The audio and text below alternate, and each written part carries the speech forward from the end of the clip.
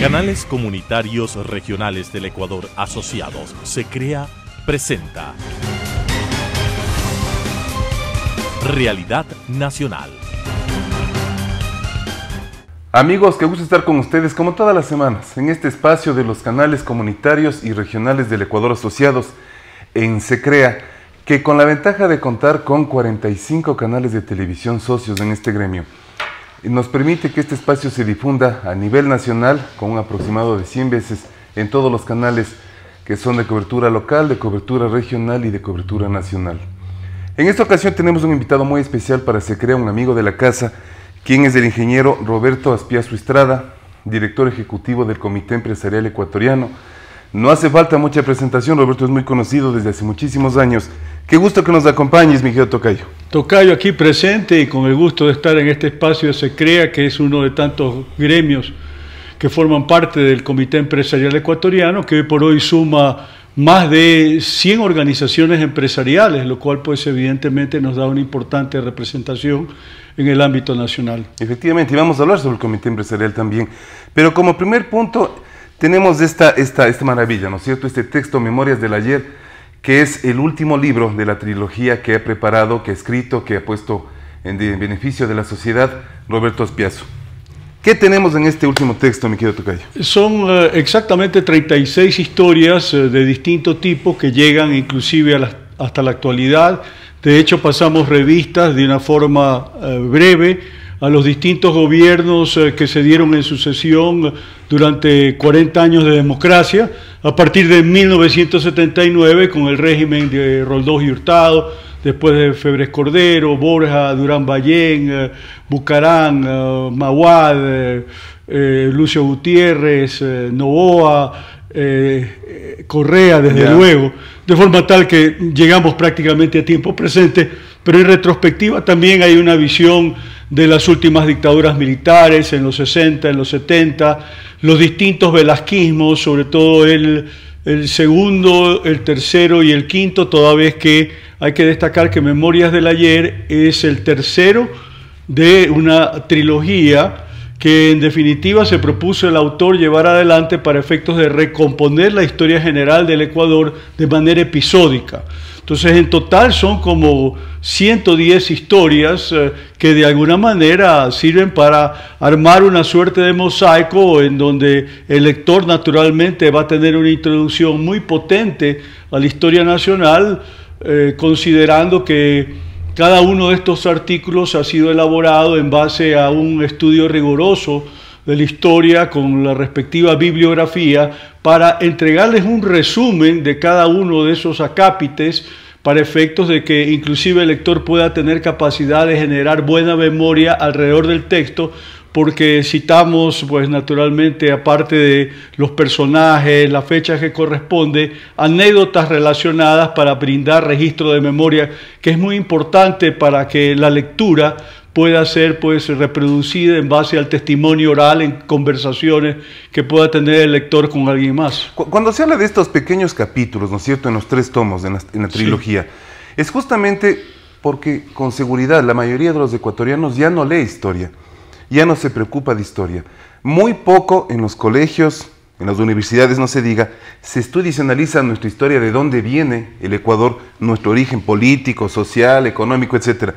¿Eso también tiene como fundamento? Sí, porque evidentemente uno de los objetivos es brindarle al lector y al país en definitiva una memoria histórica, porque eso es parte de nuestra identidad como sociedad, como pueblo, como individuos, y no es algo menor, porque evidentemente pues uno hoy por hoy se cuestiona alrededor de cómo se proyecta en el tiempo la memoria histórica. Lo estamos viendo lo que sucede ahora durante la campaña electoral, en donde resulta de que el candidato del correísmo tiene posibilidades y al parecer un segmento de la población ha perdido la memoria de lo que sucedió durante lo que algunos hemos llamado la década robada, y que de hecho es una historia que está desarrollada en este libro, en Memorias del Ayer, de manera tal de que hay que procurar que de alguna manera el tiempo permita que la sociedad tenga una sola memoria histórica alrededor de las cuestiones del pasado.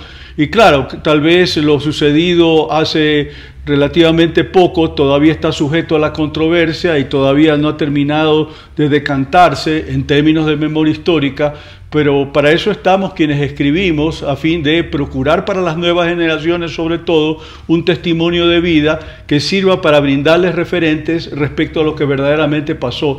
Yo creo que es muy importante destacar eso, tocayo. Uno escribe con mucho para las futuras generaciones, es decir, para los que vendrán después. Es evidente también para aquellos que estamos vivos en este momento, claro.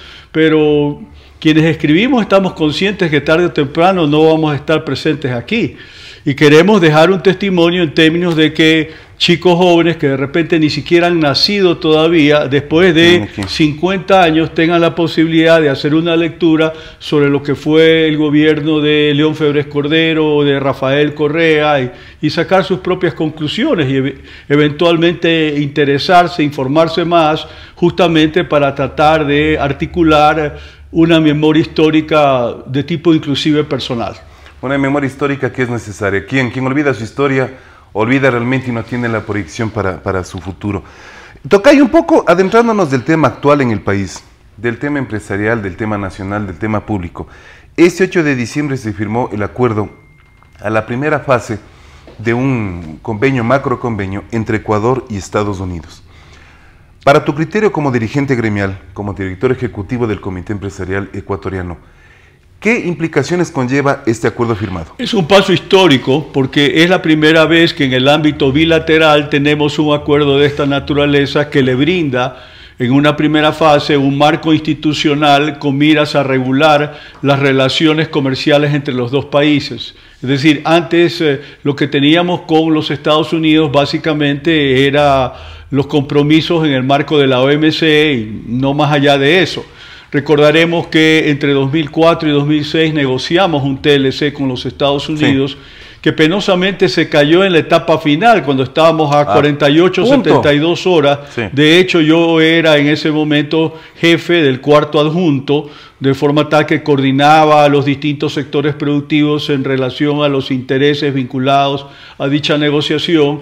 Y lamentablemente por el tema de la declaratoria de la caducidad del contrato de la OXY, si mal no recuerdo, eso fue lo que determinó a último momento que los norteamericanos se levantaran de la mesa porque no consideraron en ese momento Ecuador como una contraparte seria respecto a los compromisos que se iban a asumir, en donde uno de los cuales estaba relacionado al respeto a las inversiones de las contrapartes.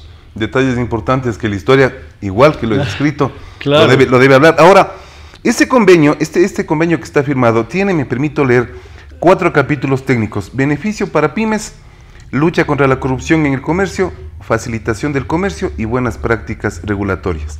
¿Se tiene una verdadera proyección con esta primera fase para el sector empresarial entonces? Sí, yo creo que sí, porque finalmente hay ya un compromiso en lo que tiene que ver con facilitación del comercio, que básicamente guarda relación con los procedimientos aduaneros, relacionados también a eventuales obstáculos técnicos al comercio. Y creo que el compromiso de modo propio va a brindar facilidades en cuanto a trámites más expeditos. Y de otra parte también eso está vinculado en lo que tiene que ver con mejores prácticas regulatorias a fin de que los trámites se puedan hacer por plataforma de internet y no requieran, o al menos en un mínimo, aspectos de tipo presencial en cuanto a la presentación de documentación. Así que de modo propio eso significa facilitar las cosas, ganar tiempo y naturalmente agilizar estos procedimientos de importación, exportación que están relacionados al comercio bilateral con los Estados Unidos, que es importante destacar, es históricamente nuestro principal socio comercial, tanto en lo que tiene que ver con exportaciones como en importaciones. Ahora, sabemos de que estamos a puertas de un próximo gobierno, estamos en proceso iniciando la campaña, hay cantidad de candidatos, vamos a comentar de eso también. Sí. ¿De qué dependerá la madurez política del próximo gobierno para que este convenio continúe, crezca y se fortalezca? Esto tiene que ser visto con un sentido de pragmatismo, es cuestión de revisar las cifras. Nosotros recientemente con algunos colegas de gremios amigos hemos preparado un documento de análisis sobre la importancia del acuerdo con los norteamericanos y en definitiva la conclusión es que nosotros tuvimos ATPDA, el famoso sistema de preferencias andinas, hasta 2013. Pero para tomar como referente el último quinquenio, Perú y Colombia, que tienen TLC con los Estados Unidos desde inicios de la década pasada, versus Ecuador, que como digo, dejó de tener ATPDA desde 2013, en el último quinquenio, el incremento promedio anual de las exportaciones de Perú ha sido 8% y el de Colombia 2%. En tanto que el Ecuador ha tenido un decremento de 2.9%.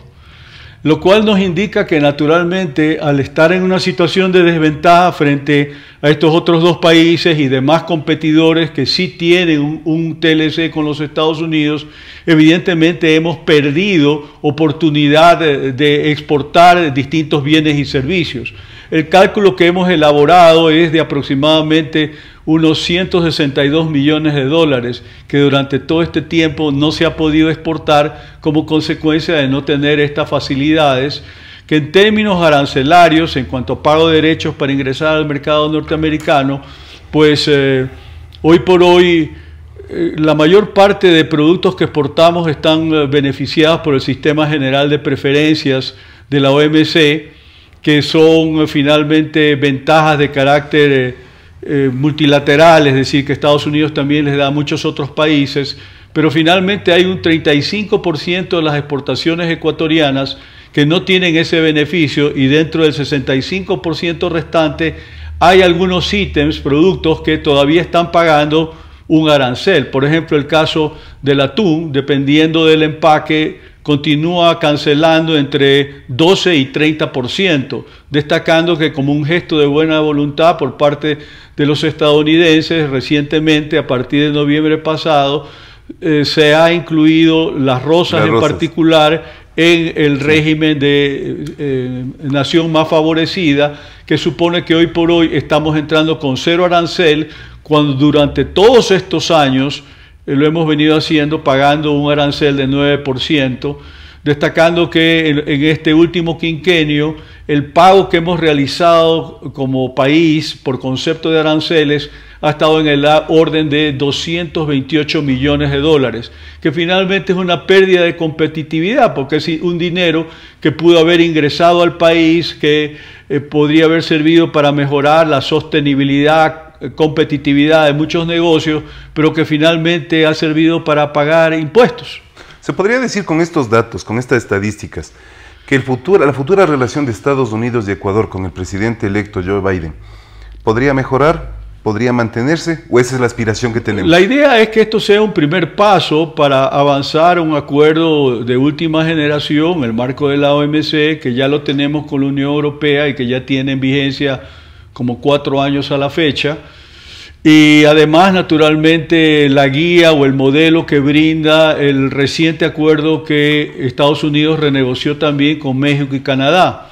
Evidentemente al acuerdo de primera fase del que estamos hablando en este momento habrá que incluirle en base a esta segunda fase nuevos contenidos específicos que verdaderamente son los más críticos en términos de dificultad de negociación propiamente dicha, relacionadas a acceso a mercado, inversiones, propiedad intelectual.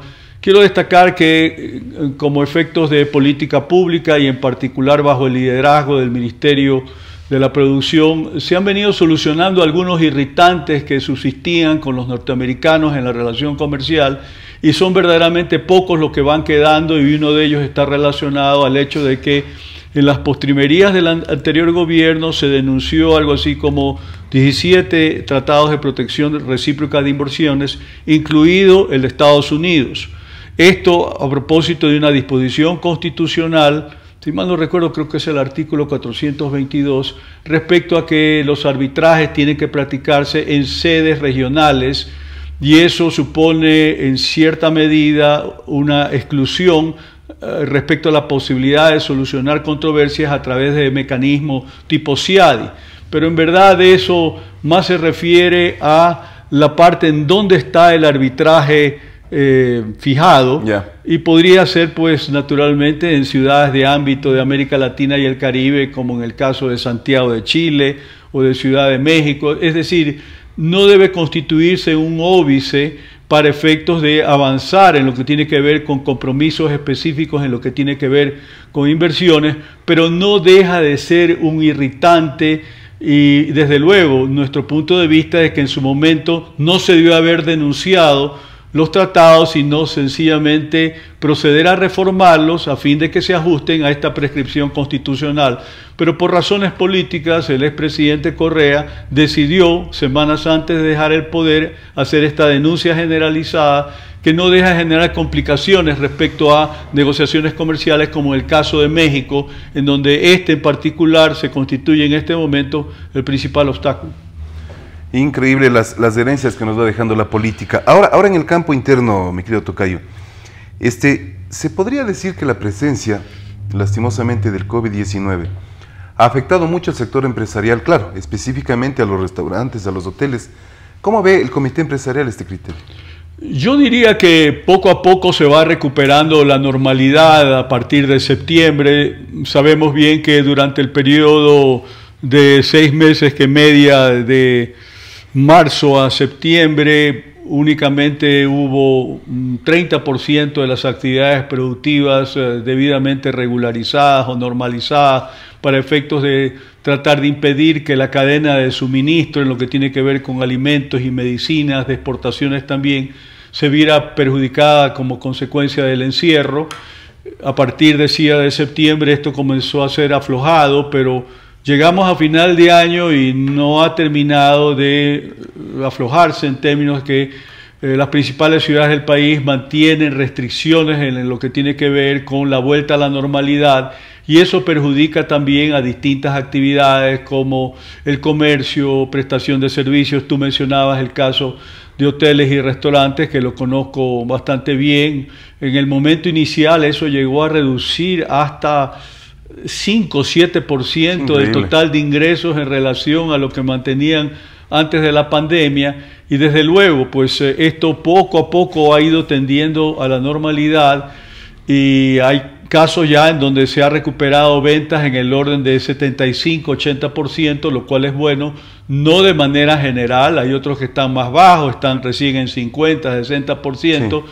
Pero yo sí veo que en el país hay muchas ganas de trabajar, de salir adelante, y quiero destacar también que ha habido de parte del sector empresarial una capacidad de resiliencia sorprendente, porque tú recordarás que cuando se hicieron las primeras encuestas sobre la capacidad de las empresas de sostenerse en un escenario de paralización, más o menos el tiempo promedio estaba en unos 3 meses.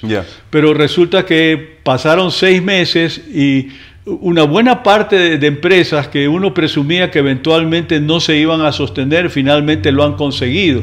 Desde luego ha ayudado la flexibilización laboral, el hecho de que se haya permitido que el empresario llegue a un acuerdo con los trabajadores respecto a una eventual reducción de salarios durante este periodo contingente y de emergencia, las horas de trabajo. Entonces todo esto ha permitido a muchas de estas empresas salir adelante, y creo que es importante destacarlo. Y creo que ya en este periodo último, digamos sobre todo octubre, noviembre, diciembre, hay muchas empresas que van recuperando su relativa normalidad, inclusive algunas ya están volviendo a niveles de ventas que tenían previo a la pandemia. No es una situación general, pero ya hay muchos casos que se comienzan a dar, y eso sin duda es alentador. Y vuelvo al argumento que en definitiva hay mucha ganas de trabajar y de salir adelante, y yo creo que eso como valor hay que destacarlo, ¿no? El Ecuador, de modo propio, como país, como sociedad, como actores productivos, está muy empeñado en volver a la normalidad, y ojalá que las propias autoridades en el ámbito nacional y local lo vayan permitiendo. Pues también hay estas restricciones que se imponen que uno no le encuentra mayor sentido. Como por ejemplo en el caso de Quito, que tengamos esa restricción de pico y placa, de que se circula un día y el otro día no se circula. La pandemia no se va a desarrollar o a crecer exponencialmente como consecuencia de una prevención o de una restricción de esa naturaleza. No va por ahí. Más allá de que estamos en el siglo XXI, ¿no? Ya no estamos en el siglo XIX. Claro, no. Ese tipo de criterios. Ahora, ha sido muy clara tu visión en el sector empresarial. Ahora, como ecuatoriano, ¿qué sufre la familia hoy día? Se ha incrementado el desempleo. se ha incrementado la posibilidad de que muchas microempresas, no todas obviamente, han tenido que cerrar sus puertas. ¿Qué aspirar o qué esperar? Ya no del actual gobierno que está ya de salida, sino tal vez de un nuevo proyecto político, siempre y cuando visualice el fortalecimiento del sector empresarial y el de la sociedad ecuatoriana. Mira, yo creo que las políticas públicas tienen que tener continuidad en el tiempo, es decir, si este gobierno ha sido más favorable a soluciones de tipo mercado, verdaderamente yo vería muy inconveniente que un nuevo régimen pretenda volver al esquema anterior de que el Estado debe ser el promotor de la economía en base a la inversión, porque sabemos perfectamente que está quebrado y en estos días, hablando al término de 2020, seguimos viviendo de los préstamos que nos otorgan los organismos multilaterales de desarrollo y en este momento a la espera en particular del desembolso de los 2.000 millones de dólares del Fondo Monetario Internacional, que es lo que va a permitir pagarle el 13º sueldo a la burocracia. Hay que tener las cosas en claro. Pero evidentemente uno tiene que mantener cierto grado de optimismo respecto al porvenir. Evidentemente este año la economía se está contrayendo, de acuerdo a cifras de Banco Central, en el orden de 8.9%. Esto no tiene antecedente en la historia en ningún momento. Y claro, para el próximo año la previsión de crecimiento es de 3.1%, pero recuperar el tamaño de la economía, el ritmo de crecimiento que nosotros de una manera u otra pues teníamos en la fase previa a la pandemia, eso no se va a recuperar sino hasta 2025. Ojalá pueda ser antes, pero eso va a depender de una multiplicidad de factores. Y respecto a ello, yo en particular soy de la idea de que evidentemente Ecuador puede tener un mejor desempeño de lo que en este momento las propias proyecciones oficiales y de los organismos internacionales indican, pero va a depender mucho de las señales políticas en cuanto a alentar a la inversión, que naturalmente está íntimamente vinculada a la capacidad y posibilidad de generación de empleo. Llegando a los últimos minutos de este diálogo interesante, mi querido tocayo, estamos a puertas de las próximas elecciones, como se decía. Hay gran cantidad de binomios.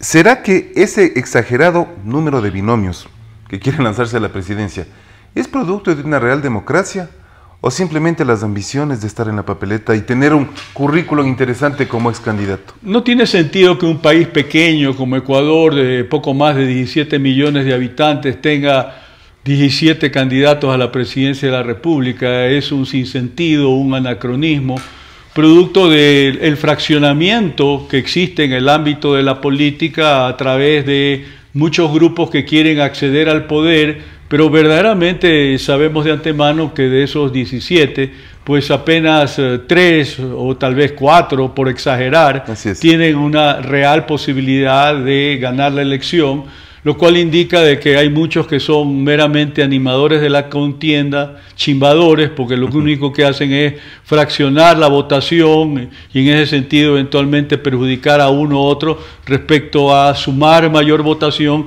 que le permita entrar a una segunda vuelta. Lo lógico sería que de cara justamente a un balotaje tengamos 2 candidatos que representen a las principales tendencias ideológicas del país, el centro derecha, el centro izquierda, pero hay que ver, evidentemente, pues recién la campaña está iniciando, hay muchos factores que pueden ir cambiando, inclusive las previsiones que en este momento tenemos sobre el resultado, y hasta principios de febrero, pues el tiempo, en términos justamente de estas definiciones, se va a ralentizar y se va a lentificar y van a ir pasando rápidamente muchas cosas que van a ir redefiniendo el panorama electoral y el posible resultado de los comicios, que creo que va a ser 3 de febrero, ¿no? Ahora, finalmente, mi querido tocayo, claro, en febrero son las elecciones. Finalmente, hemos vivido 14 años en los que la corrupción ha estado todos los días. Acabamos de ver en plena pandemia un problema gravísimo en lo que es los hospitales.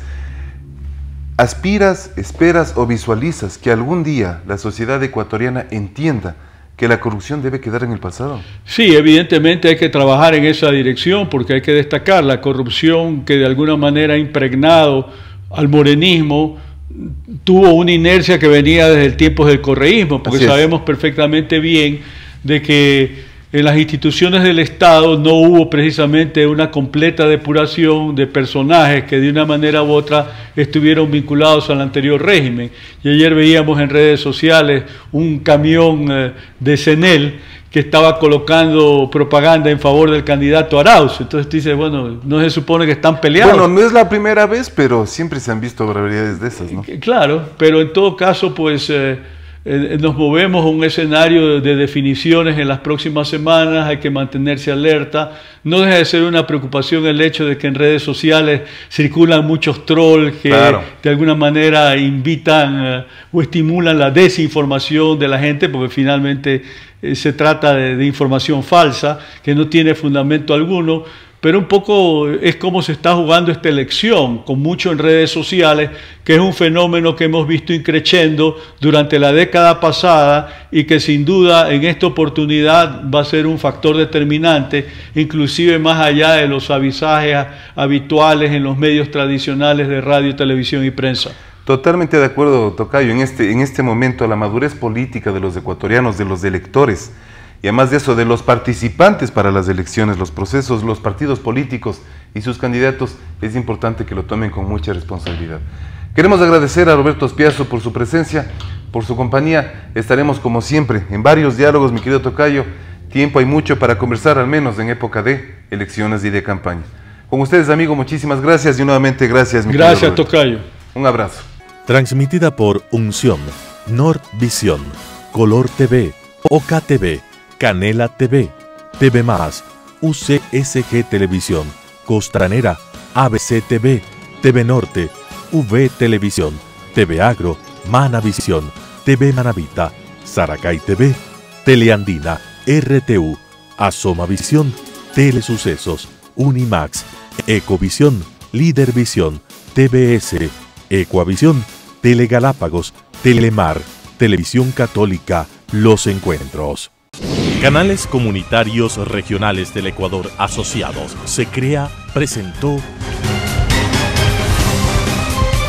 Realidad Nacional.